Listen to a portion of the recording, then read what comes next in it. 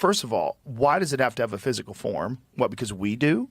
Like, it could have things that do its bidding for it. It could have a series of drones and bots and a bunch of stuff that do physical work, and it could exist completely on hard drives. So all it needs is shelter. That's it. Yeah, but if those drones are doing labor, they're doing work, that's energy, right? You're using energy. So I think, maybe you can get around it. Right, but what is the energy? Right, the thing is, like, what is our version of energy? Is combustion, electricity from nuclear power, making steam. Right. We've got a bunch of versions of. What if they figured out fusion? What if they figured out cold fusion? What if they figured I don't think that matters. I don't think that matters, because unless we don't understand thermodynamics, but probably the strongest thing we have is the conservation of energy and thermodynamics, right? So if you do computation in these data centers or even on your laptop, it warms up. Right, and there's no way around that, right? Whenever you put energy in, that same energy has to come back out. Otherwise, it's just sort of trapped in there forever. So the conservation of energy demands that energy has to come back out. It will come out at a different temperature. It could come out as neutrinos. It could come out as gravitational waves, but it has to come back out in some way.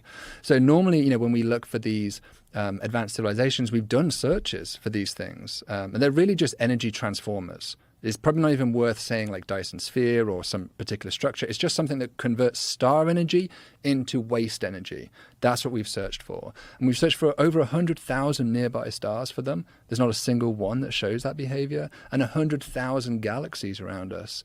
And we don't see it on mass scale in any of those galaxies. So unless they're doing something that goes against, thermodynamics, they have super magical technology we can't imagine. It's hard to believe that story makes sense. And I guess in terms of their behavior, what I'd say to you is you kind of are falling into what we sometimes call the monocultural fallacy, some of my colleagues call. And that's the imagining that all of these alien AGIs or biologicals, whatever they all do the same thing. Everyone does exactly the same thing. But there's probably going to be a diversity of behaviors, right? It's pretty rare that everyone in the room wants to do exactly the same thing. So it's not unreasonable. There'll be some loud civilizations, there'll be some quiet ones, there'll be some blowing themselves up with nukes, there'll be some who are pacifists. And of course, just like there's different kinds of galaxies, right, different kinds of solar systems. I mean, infinite diversity and infinite combinations, right? I think the most horrific idea is that we're alone, that we're not living in a universe that's filled with life.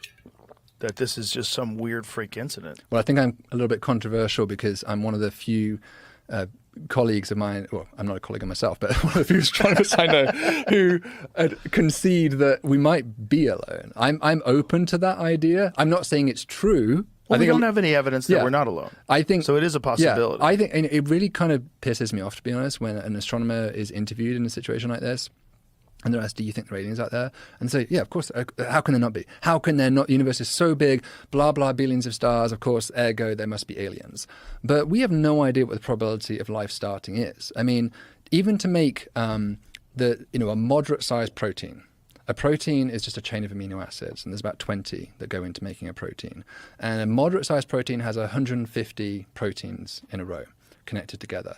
So the chance of amino acids randomly coming together to make even a moderate-sized protein is 20 to the power of 150. So that's 10 to the power of 195, right? So one with 195 zeros after it. It's just incredibly unlikely that would happen by chance. And we've never observed it in the lab. No one's ever got amino acids to spontaneously form anything like a life form or proteins in a laboratory setting. So it is plausible. There's some unknown mechanism that accelerates that process, and we just haven't found it yet.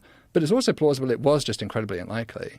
And maybe if you look out across 10 to the 22 stars in our universe, observable universe, there's just one success. Now, the universe is probably infinite, so probably if you travel far enough, you'll eventually come to someone else. Maybe. But by all intents and purposes, we may as well be alone in that case, because they're outside our observable universe, so who cares what they're up to? So I'm open to that possibility. I'm not saying it's likely, but I think as a good scientist, I can't tell you, yeah, of course there is, because that's now falling into experimenter's bias. I'm deciding what the answer is before I've done the experiment. That's not my job. My job is to figure out the answer. Of course, yeah. There's no way you could say for sure until we have real information.